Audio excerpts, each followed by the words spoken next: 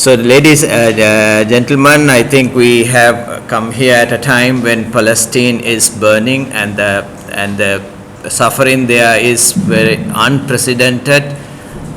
It's really heart-wrenching, and we have to because it is said that evil thrives in the silence of the good. So we as good people, we can't remain silent. We have to voice whatever protest or whatever we can say or do on behalf of Palestine, on behalf of justice, because we are not siding with Palestine or Israel or anything, any world power, but we are, as human beings, we have to be on the side of peace, and this peace should not be the peace of the graveyard.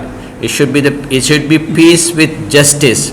So as human beings, as responsible citizens of this world, we need to create a world order, rule-based world order, but a rule-based rules that are observed by every actor, so that there will be peace and justice everywhere, not only political peace and political justice, but also environmental peace, environmental justice in every field. That we are facing a major crisis the world is facing, on one hand, economic recession, environmental degradation, and we had Ukraine war soon after the lockdown, the COVID pandemic, and that's as if these things were not, not enough. Now we have a Middle Eastern war, which if it is not contained and curtailed, may spread region-wide, and if it spread region-wide, this may cause a major problem to countries like Sri Lanka.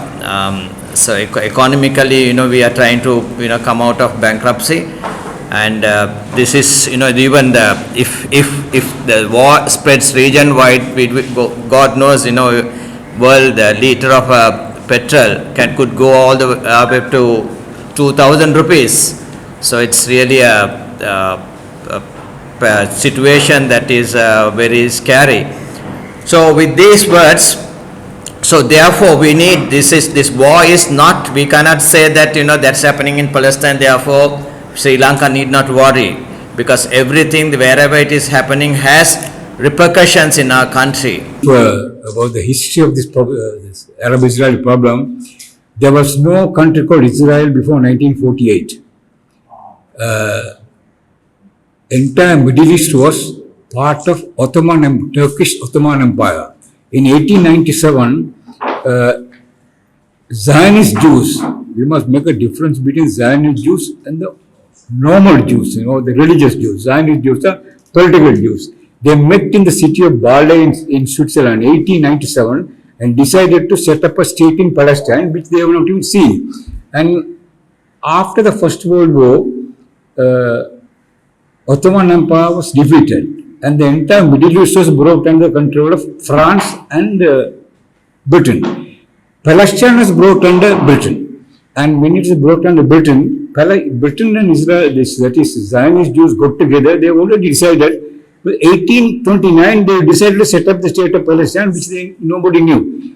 This British authority in Palestine allowed the Jews to be brought from Soviet Union, Russia at that time, to settle down in Palestine, what is called Palestine now. In 1904, there was a population census. In that, only 4% of the total population of Palestine was Jews. 4%. 96% Christians and Muslims, predominantly Muslim. So once the Palestine was brought under the control of British mandatory power, British mandatory power got together with Zionist Israel Jews and started bringing Russian Jews and settling down. And when they came to Palestine, there was no space to occupy. Although the land belongs to Palestinians, the home residential areas belong to Pakistan. Then they had to get together the Palestinians to take over their land. And 1948, April 11, they committed the first ever massacre in a place called Deir Yassin. 253 people were killed, men, women, children. But before that, I want to tell you the British mandatory power allowed Zionist Jews to set up terrorist groups, Haganah, led by a person called Menahem Begin, Ishaq Shamir, and then Ariel Sharon, all these people, they set terrorist state. And the first ever massacre that took place in Palestine was, first ever terrorism took place was in Deir Yassin. 253 Palestinians are killed, and the remaining, remaining people put into a lorry, taken to Jerusalem, paraded naked, men, women, and children, and they were shot dead after that. And after the second massacre took place, Kafar Qasim. So when they started killing people, and moreover they went to mosque. When the mosque, they were praying, they closed on the mosque and set fire to the mosque. So all Muslim, Palestinian people were burnt inside the mosque, and also inside wedding halls, public halls. They killed like this. So when they found it's impossible to live, people started moving out of their houses. Now the house, people in different places here. This continued. So in the meantime, British authority, I tell you, trained these terrorist groups here. Haganah. Then when they started going in a full-scale killing of Palestinians, they want to grab as much land as possible before the resolution is taken up in the United Nations to partition the Palestine into Israel and Jews. Israel was created for Jews who were brought in from Russia, Europe, and everywhere. And the Palestinians, frightened and they want to get out. They go to different islands. Some of them they ended up in Gaza, which is being killed now.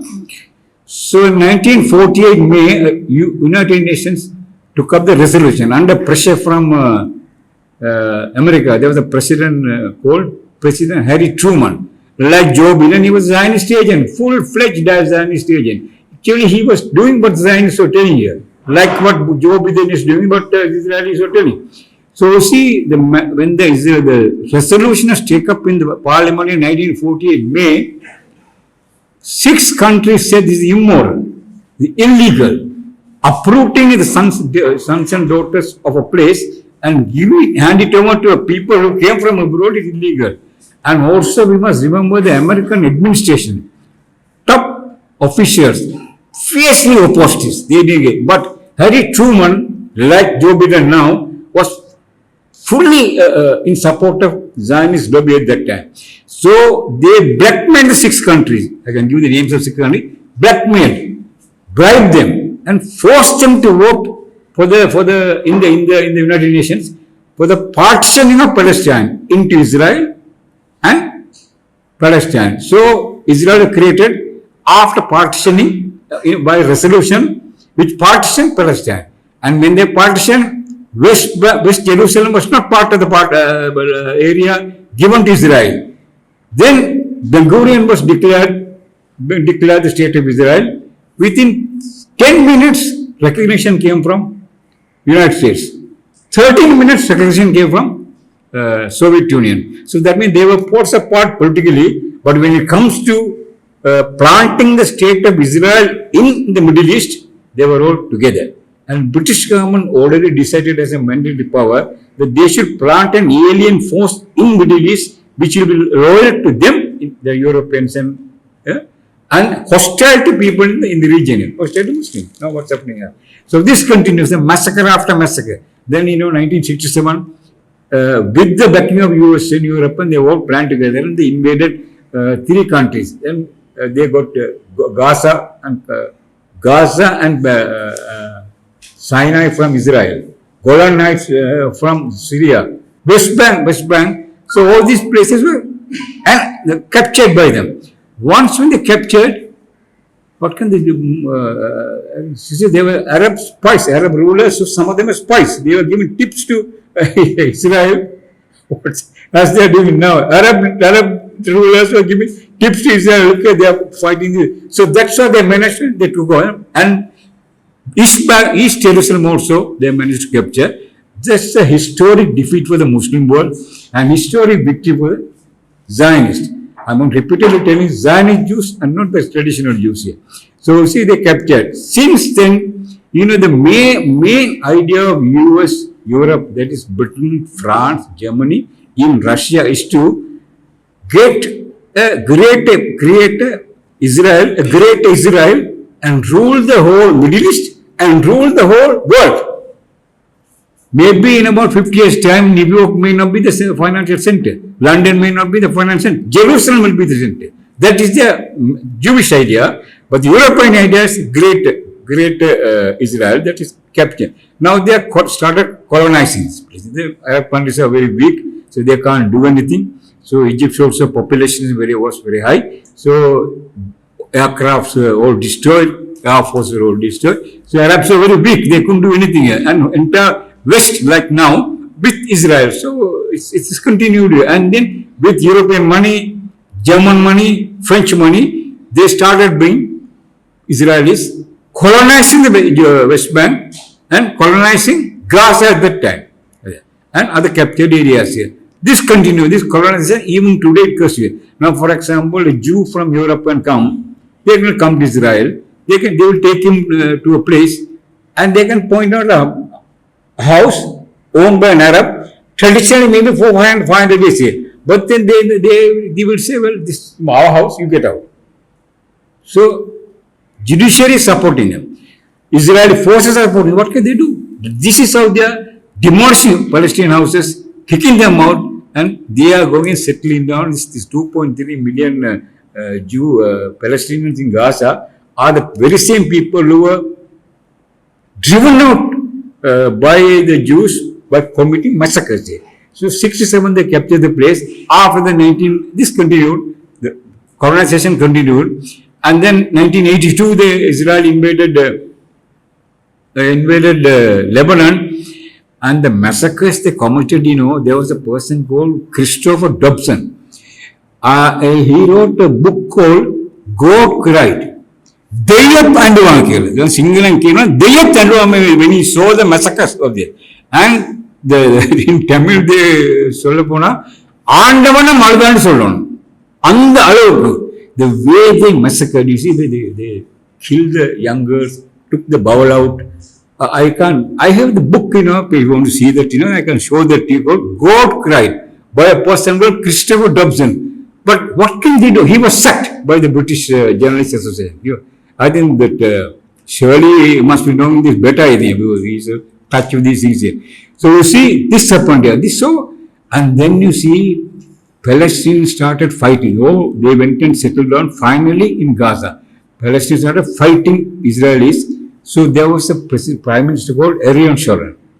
8 years this fellow was in machine, and many died. God's punishment. There were bombs coming out of his eyes after 8 years. His full term, he was killing the Arabs here. He killed. He became prime minister. Menahem became prime minister.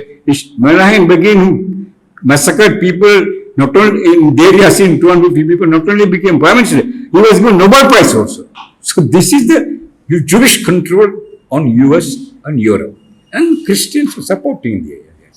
So this 82 this happened. Since then, in the fight, the Palestinian struggle was so fierce, unable to withstand the fight, Israelis withdrew and withdrew from Gaza. And since then, people were going there.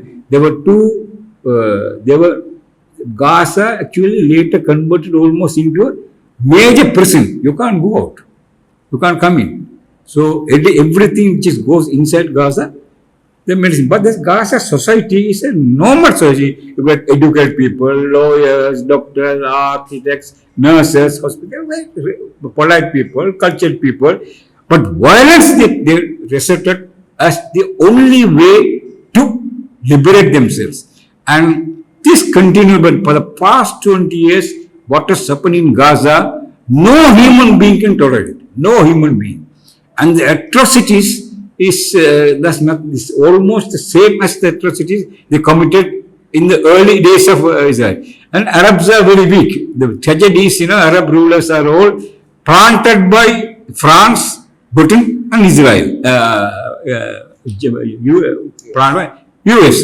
And their loyalty is to their master. And the Gulf states, for example, they got the money, wealth. The wealth is there in America and Britain. So their heart is there. But they are all the rulers are very oppressive rulers, Gulf. So people, 330 million people, they are suffocated. They are suffering too much. Not only Palestinians, 330 million Arabs are suffering. Now, see, for the last 13 days today, the bombing of Gaza, not a single Arab leader who spoke, not a single Arab leader who condemned, not a single Arab leader asked, don't bomb this innocent people. Now, in the Palestine Authority chairman, Mahmoud Abbas has been there in Jordan. He came only yesterday after the hospital massacre. So this is as if the Hamas was founded by Israel. People may not be founded by Israel because there was a time when Palestine Liberation Organization was becoming very strong and very powerful. At that time, they want to weaken the Palestine Liberation Organization of Arafat. To weaken that, they created this Islamic-based organization under the Sheikh Yassin. Israel created. Israel built up. But they are not corrupt. They are dedicated. And for them to plan this 7th October strike is a great setback to the entire, not only Israel and its supports in the West. Where is Mossad? Where is CIA? Where is FBI? Where is MI5? Where is KGB? None, but very, after now this is the situation. So since then, Israel started indiscriminately bombing. Now, up to date, about 3,000 Palestinians are killed, but nobody knows how many killed because when the 10-story, 15-story building is destroyed, who knows how many people inside? They were all dying inside. Some of them are alive, still inside. And of the 3,000, 1,046 are children. So this bombing is going on. Middle East will never be the same. And Palestinians, we must remember, are the sons and daughters of what is called Israel now. And also we must keep on remember Jews in Britain and other places, in Libya, they are getting together Palestinians, others, and opposing Israel. They said, we don't belong to Israel. We don't belong to what you say. So that is the situation now. Massacre is still continuing. Yesterday, the hospital massacre, 471 people killed. And today, indiscriminate bombing going on. And for the last 6-7 days, no water, no electricity, no food, no nothing. Even the hospitals, no way to operate. So this is the situation. Once again, I want to tell you, Israel was planted in the heart of Middle East, in Palestine, to destroy Middle East, which they have done. But whether the situation is going to be same in the years to come, we don't know. Call for action, right? It's of two things I want to bring to your attention. Yeah, your name please, brother? My name is Abdul Hafeel, right? So, firstly, I think we should all take a step back and look at it from a secular point of view. I mean, if we are to use religious scriptures as a reference point in a rule-based international order, this world is not going to go anywhere, right? If we are to use the religious scriptures of any religion in a rules-based international order, the world is not going to progress, right? So we have to take a secular view of this and say Palestine belongs to the Palestinians, whoever lived there. Very simple, right?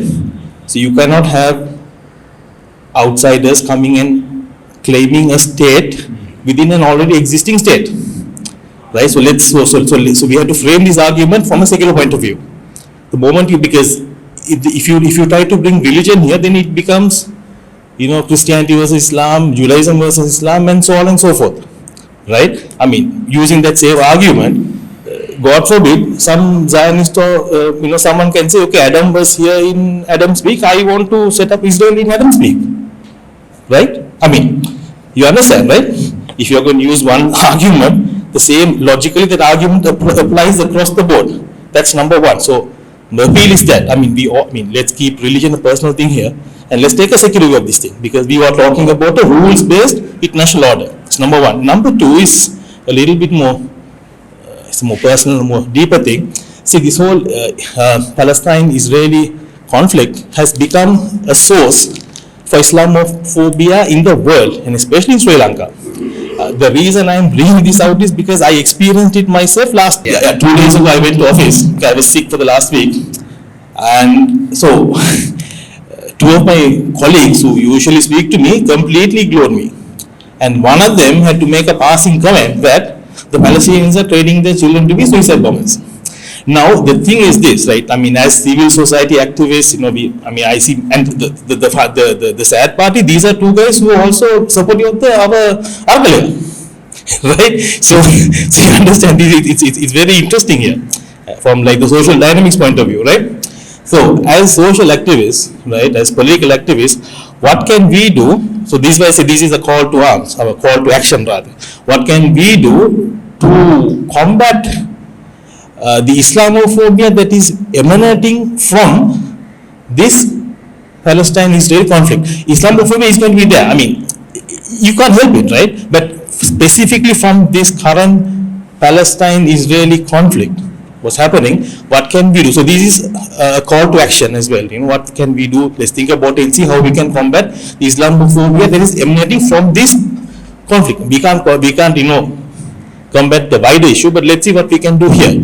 And a third point, which I just came to my mind, sorry if I'm hogging the mic, apologies. I was one of those who felt that the two-state solution would work. But having studied what has happened, right now, if you take, just being one particular incident, there's so many things that happen, so we can't go back and look at history, the last 20, 30 years. Let's see what happened 2 days ago in Ramallah, right? We had the Palestinian Authority shooting at its own people, right? So how does the two-state solution work? Is it viable? Will you have a Palestine that is truly independent, or you have a Palestine that is a lackey of the West? So, this is a question I ask myself, because I was one of those proponents of the, who was supportive of the two-state solution. So that's just a question to the general audience and to the panel as well. So, West, United States, is the most powerful country in the world, militarily and every respect. US and Europe, 100% they are with Israel. And they control United Nations. So see, Arab countries are all depending on America and Europe here. Their monies, they are all dictators installed in power in the aftermath of the Ottoman Empire by Britain, France, and later by America, after oil wealth by America. So there is no way Palestinians could get any relief. Suffering. See, now see, I have a house. A fellow comes from Poland. He said, he's backed by Israel. He gets money, and he's Israeli police supporting. And he goes to the house and he says, Arab house, which is occupied by a Palestinian fellow for maybe 500, 600 years. And said, make a magekadara, and police supporting him. Judiciary police supporting him. The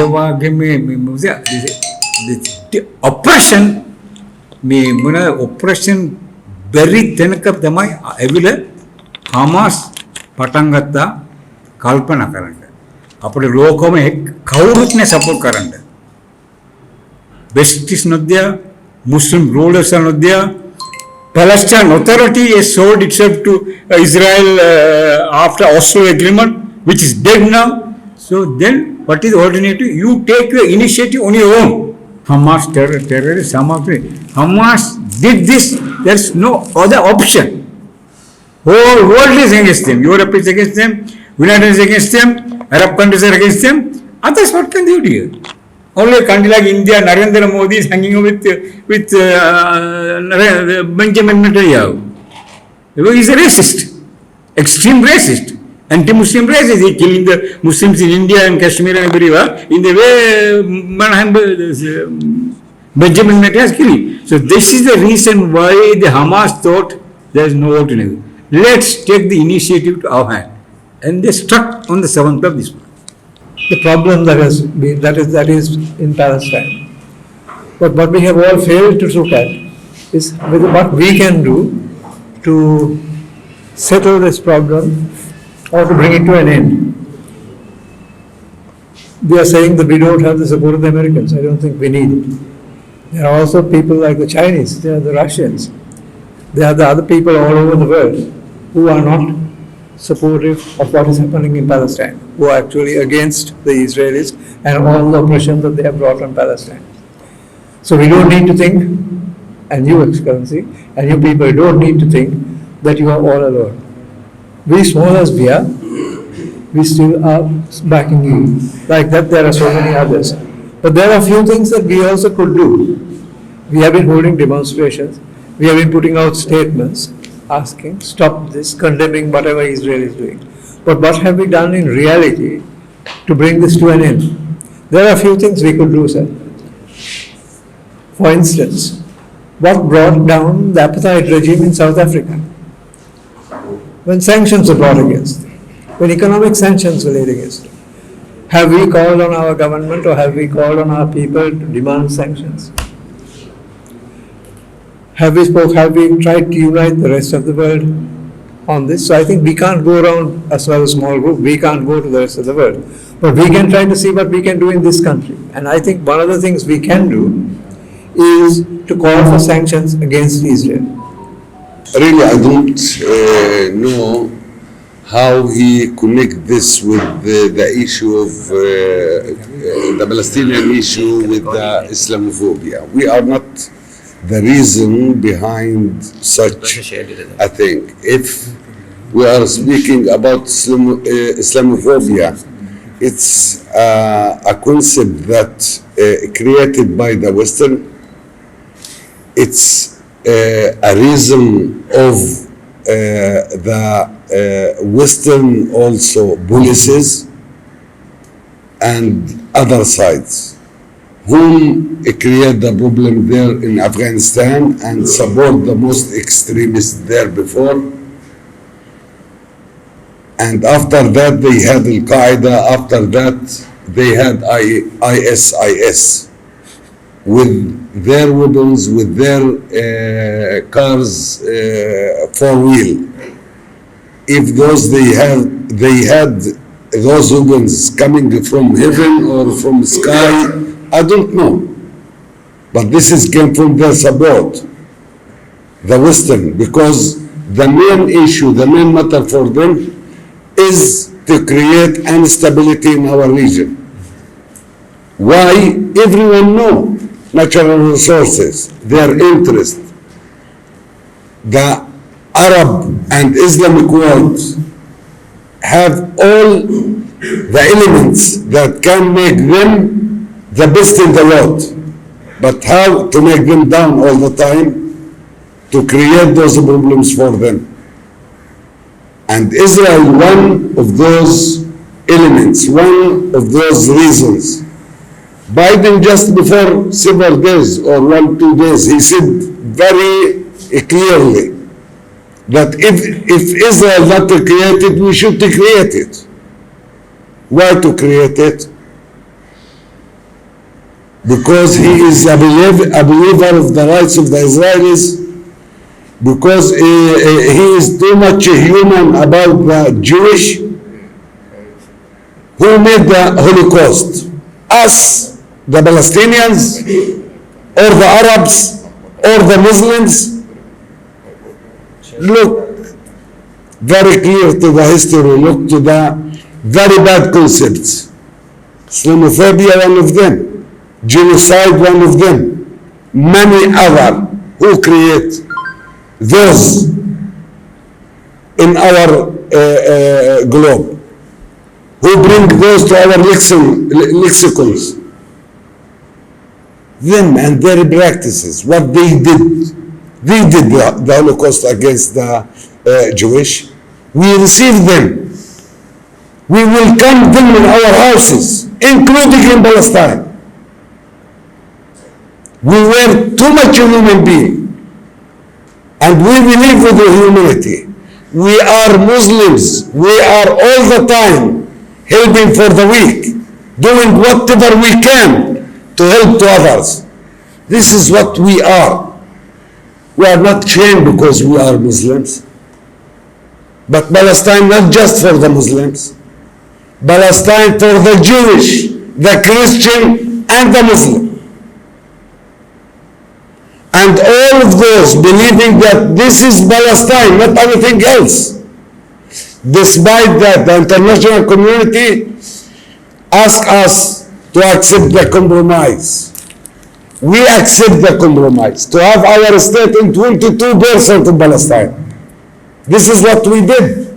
We accept. But from the other side, whom blaming us all the time, that we are the side who is searching for every opportunity to lose opportunity. Whom doing this now?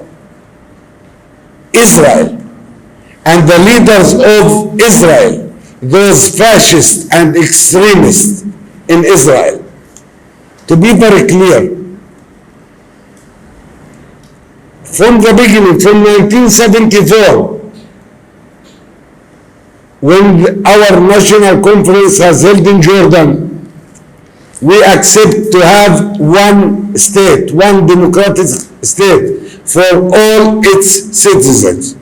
You know, if they hear this from me officially, they will blame my president, my authority, my homeland with its people, its stones, as a racist, as one who is finding the way to end the existence of the state of Israel.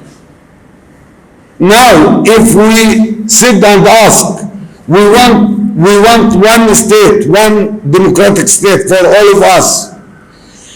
The existing civilians and citizens can choose type of the state. Democratic state, secular state, whatever. The flag of the state, the national anthem of the state, they will not accept this. You know why?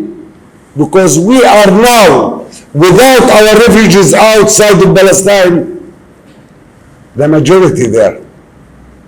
They are practicing, this is not I am saying, this is all the human rights organizations saying.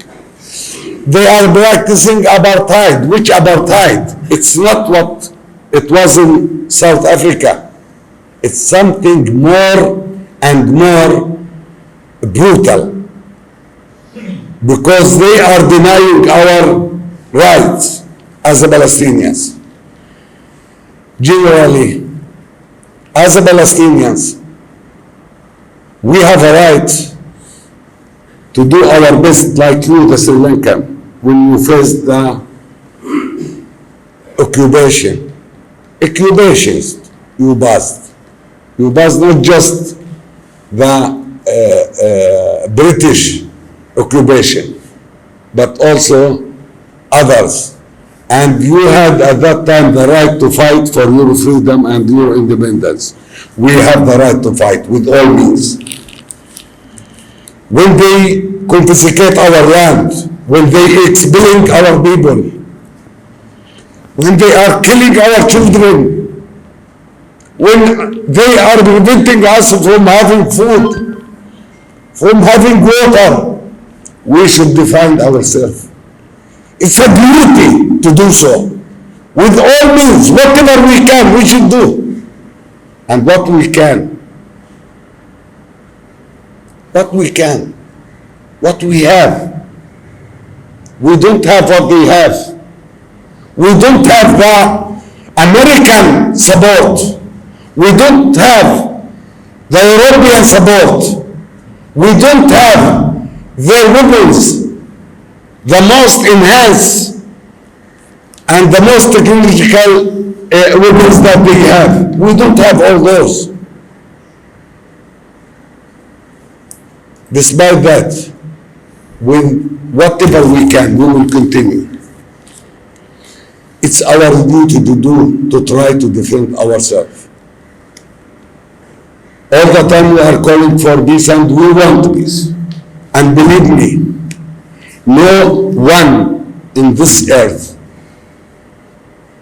can be sensitive for humanity or a human being, for violence and the result of this more than us. We do not want anyone to be harmed. We don't want them to be harmed. The Israelis also. We want to end this conflict. This is what we ask. Our president, all our officials, they warned for a long time, telling them that with this situation, escalation will come. What the answer was? You saw Benjamin Netanyahu in the General Assembly just last month. bringing a map demonstrating his and his people superiority, standing and drawing for us a lane from Emirates to Saudi Arabia, direct to what they called Israel, which is Palestine, ignoring our existence there. Saying that he will make peace with all Arab world without the Palestinians. He did not mention us. He should know, and the world should know. And you, our friends, you should know that stability in this world will never be without the Palestinians having their rights. And you feel this also with the effect that coming also to Sri Lanka, especially in your crisis here, the economic crisis, when the rates became more high, when the need for gas, petrol, and whatever thing to this country, how much the price is coming. Our hearts always was with you. I'm here 10 years. Some of you know me. Some of you, they can be a witness to my activities here in Sri Lanka. How much I did to help Sri Lanka, to convince other ambassadors to do well for Sri Lanka. If this from the Arab countries or the Muslim countries, but also with those, the Westerners, when they want to dig in your history and to go back to try to impose their position on Sri Lanka, what I told them, what they should do, how not to intervene in the internal issues of Sri Lanka, to encourage the Sri Lankans to solve their own problems. This is my duty. They will never come and help us. They are trying all the time to use us, to use our blood for their own interest. And this is what's going on nowadays. I want to say that our hearts with you, the Sri Lanka, with there is some news speaking that maybe one Sri Lankan has been passed away in the war, or maybe one in the custody in Gaza. I want you to be sure that it wasn't any sort of attention to harm any other nationality, if he is a Sri Lankan or from any other countries. And what we heard from the resistance from Gaza, that those who there in Gaza will be as a guest with full respect when the war will be independently free. But also I want to say here that there is some Sri Lankan sometimes saying that we should be balanced. We have workers there in Israel. First of all, how many you have? How many Sri Lankans you have? No, less than this, depending upon your ministries and your official information. Less than this number. It means the number is like, in some they are saying 400, some saying 1,600. Like this, it's in between those legitimate workers. And you can check this through the site of your government. You send them to work there in Israel. You should ask where they are working. They are working in occupied territories, in the colonial settlements, Is it right to go to conflict areas? For what?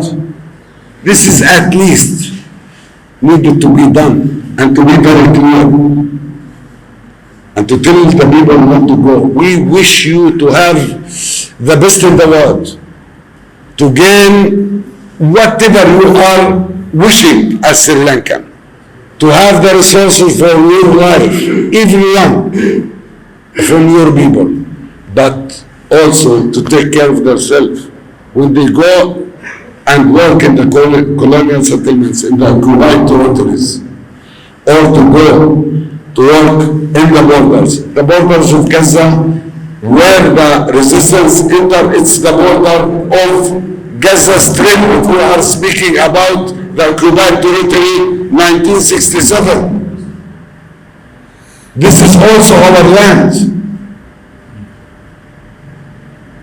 So it's very important to take into consideration this matter and at least to ask your people not to go and to work in attention places and dangerous places. Thank you.